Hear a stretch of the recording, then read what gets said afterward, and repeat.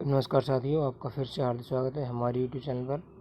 आज हम करेंगे कक्षा 12 के चैप्टर 5 कंटिन्यूस डिफरेंशियबिलिटी के MCQs करेंगे। काफ़ी दिनों बाद ये वीडियो डाल पाया हूँ, हफ्ते बाद, क्योंकि कोविड में ड्यूटी लगी हुई थी। और जब भी टाइम मिलेगा मुझे, मैं आपके लिए अगले चैप्टर की वीडियो 6 की डाल दूँगा, तो आप चैनल के साथ बने रहें। और ये नॉन मोनेटाइजेशन चैनल है, आप इसको सब्सक्राइब कर लें, बेल आइकन भी दबा लें, ताकि जब भी कोई वीडियो डले तो आपको पता चलता रहे। क्योंकि वीडियो अब रेगुलर में क्या पता ना भी आ पाए। 8:30 से 5:30 बजे तक ड्यूटी रहती है, तो बहुत कम टाइम मिल पाता है। आज संडे है तो फ्री है, तो आज मैं ड्यूटी आपके लिए ये वीडियो डाल पा रहा हूँ। तो चलिए स्टार्ट कर लेते हैं बिना देरी किए। तो देखिए दोस्तों, ये क्वेश्चन आपके सामने है।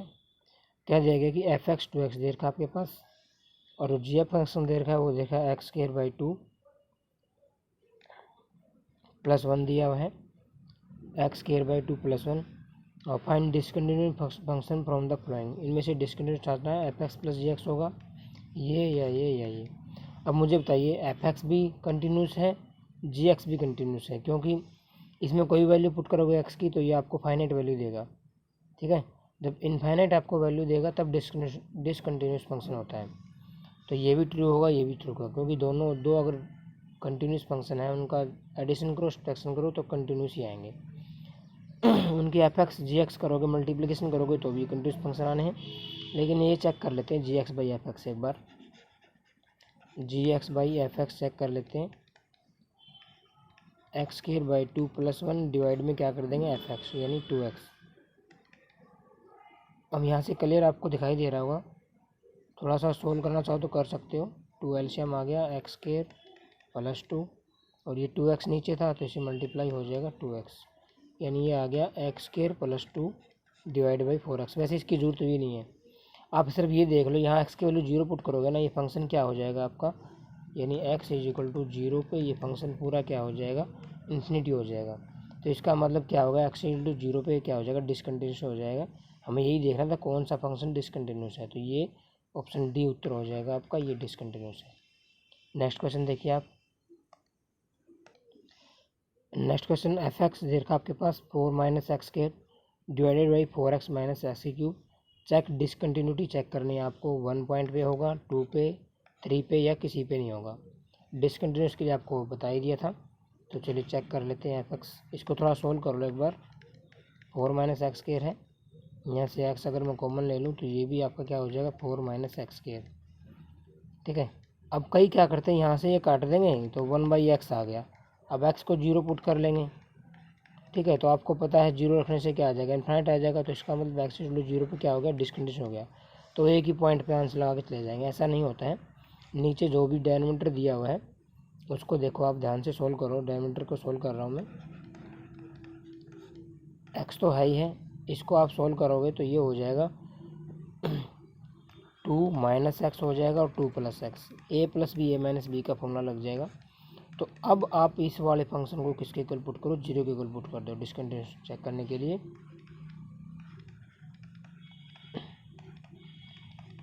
ठीक है, नीचे वाले को जो 0 के पुट करोगे तो x की वैल्यू 0 आ गई एक, तो दूसरी 2x 2 - x = 0 आ जाएगा, यानी -x की वैल्यू -2, तो x की वैल्यू कितनी आ जाएगी, 2।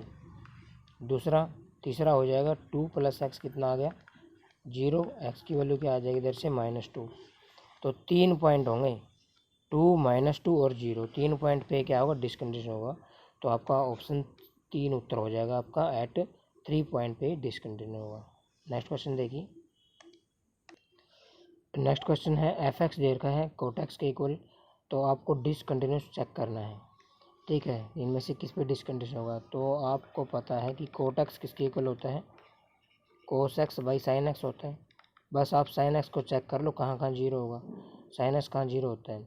या आपको पता है भाई cot x कंटिन्यूस कहाँ कहाँ होता है, cot x होता है r माइनस क्या होता है, n पाई।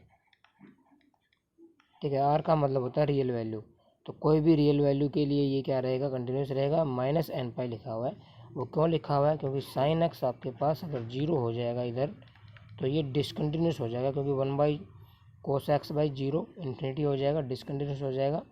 और आपको पता है साइन एक्स जीरो कब कब होता है, साइन एक्स जीरो होता है एन पाई पर, ठीक है। एन का मतलब होता है यहाँ पे कोई भी आप नंबर ले सकते हो, 1 2 3 4 5 अप टू इन्फिनिटी।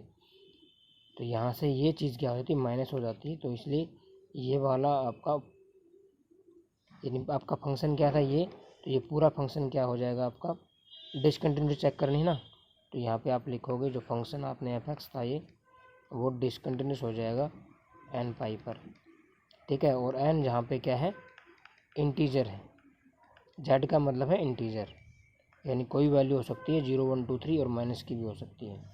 तो ये वाला ऑप्शन आपका उत्तर हो जाएगा। नेक्स्ट क्वेश्चन देखिए, ये जो सारे क्वेश्चन आपको मैं करवा रहा हूँ ये एनसीईआरटी की बुक से ही है, तो आप इनकी तैयारी अच्छे से कर लेना।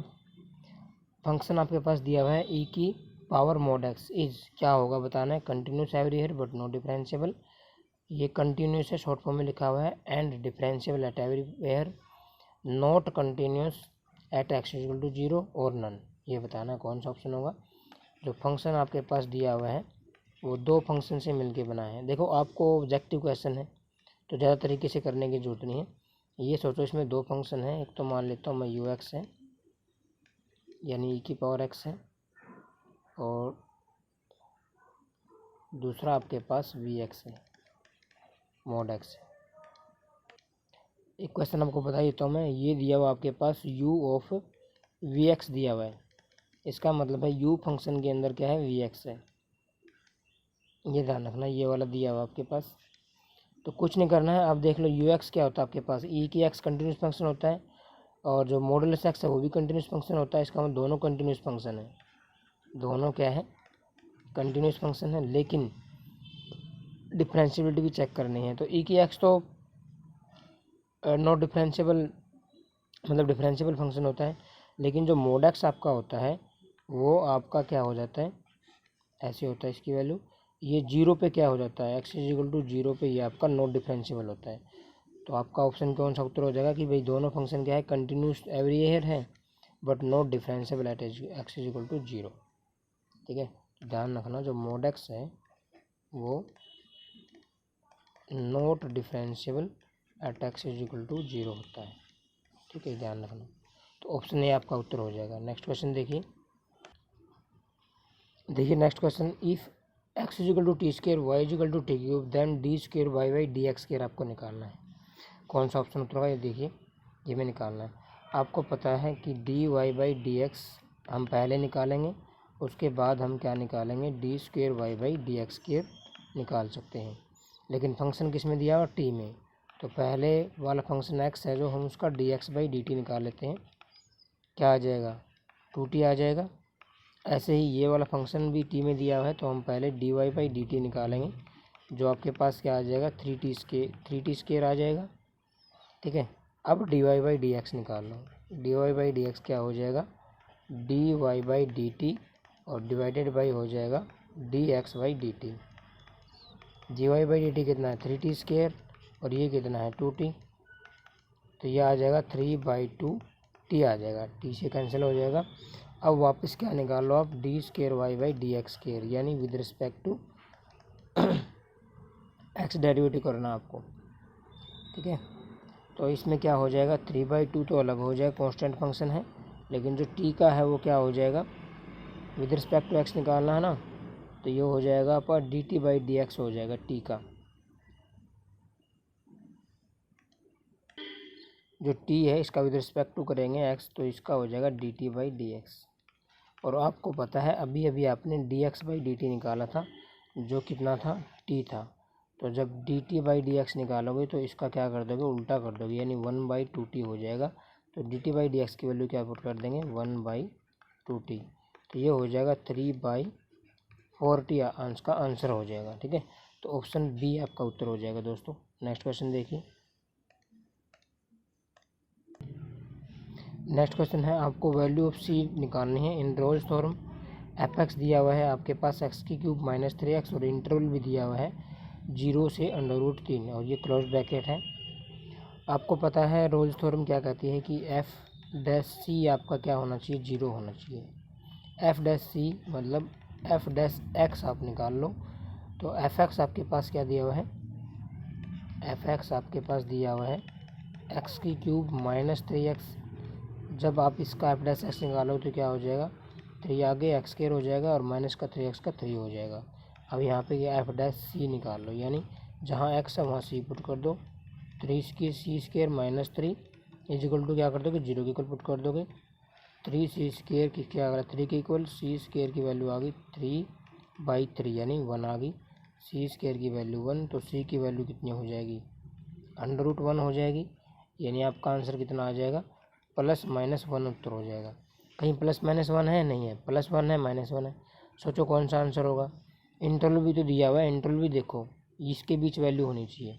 तो सिर्फ 1 वैल्यू जो है प्लस की इसके अंदर है, माइनस की 1 तो है ही नहीं। तो C = 1 यानी ऑप्शन ए आपका उत्तर हो जाएगा। नेक्स्ट क्वेश्चन देखिए।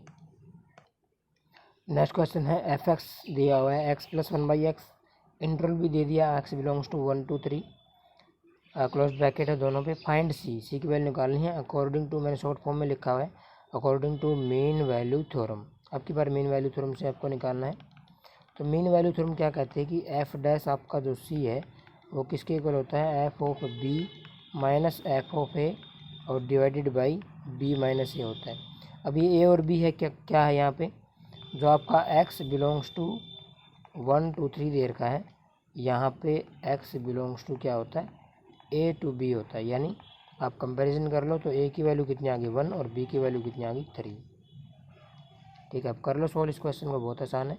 एफ डैश सी, पहले तो एफ एक्स दिया हुआ आपके पास कितना, x + 1/x।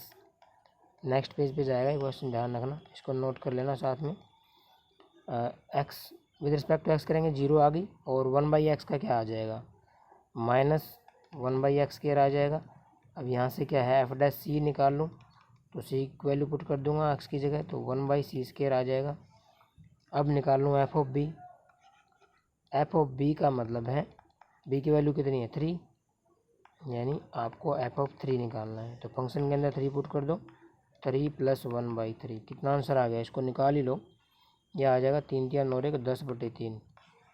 अब एफ ऑफ ए भी निकाल लो ऐसे ही, एफ ऑफ ए का मतलब एफ ऑफ 1, ए की वैल्यू 1 है तो 1 पुट कर दो यहाँ पे, एक्स की जगह 1/1, इसमें पुट करना आपको, कितना आ गया 2 आ जाएगा। ठीक है, अब आप निकाल लो b माइनस ए का मतलब हो जाएगा यहाँ नीचे, कोई ना पुट ही कर लेते हैं, एफ डैश सी की वैल्यू पुट कर लेते हैं,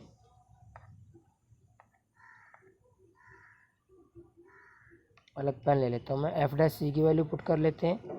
एफ डैश सी कितना आ जाएगा, -1/c² इज इक्वल टू में क्या हो जाएगा, f of b 10/3 minus F of a 2 divide by B minus a, b कितना है 3 और ए कितना है 1, तो -1/c² इक्वल हो जाएगा 10/3 - 2 डिवाइडेड बाई 2।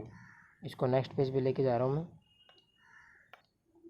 अभी हमने यहाँ पे एक गलती कर दी है कि एफ डैश एक्स निकाला है, तो एक्स की वैल्यू क्या आएगी 1 आएगी, गलत कर दिया हमने, तो ये आएगा 1 - 1/c² आएगा, यानी 1 आएगा यहाँ पे, यहाँ भी 1 आएगा। ठीक है, ध्यान रखना ये, तो यानी आपके पास आ गया 1 - 1/c² और इधर आ गया है 10/3 - 2 डिवाइडेड बाई 3 - 1 कितना आ जाएगा 2 आ जाएगा, तो ये आ गया आपके पास।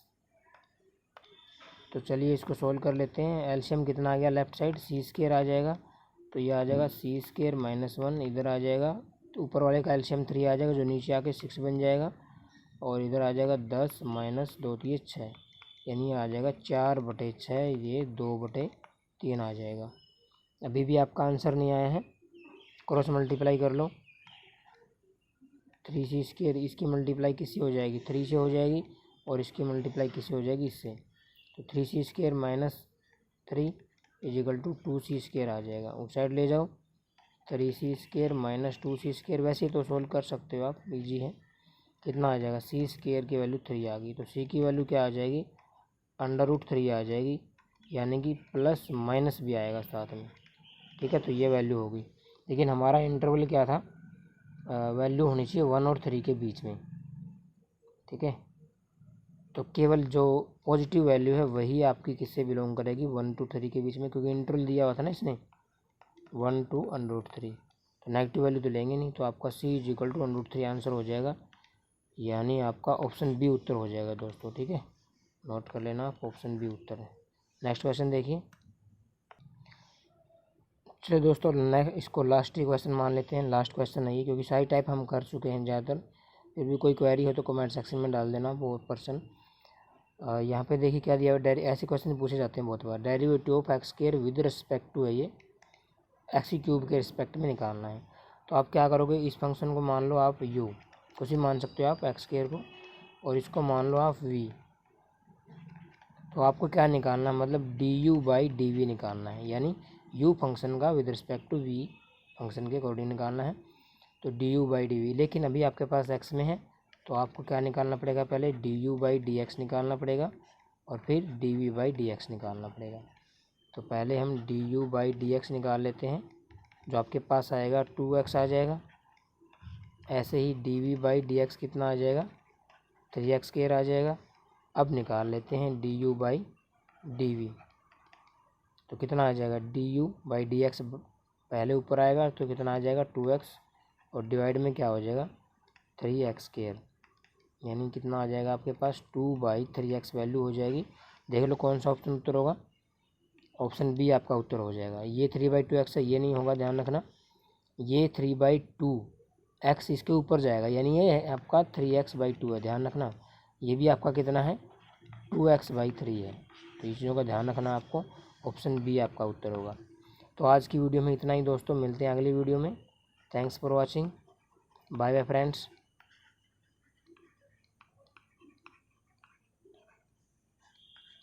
आप घर पे रहें, अपना ध्यान रखें, अनावश्यक रूप से बाहर ना निकलें।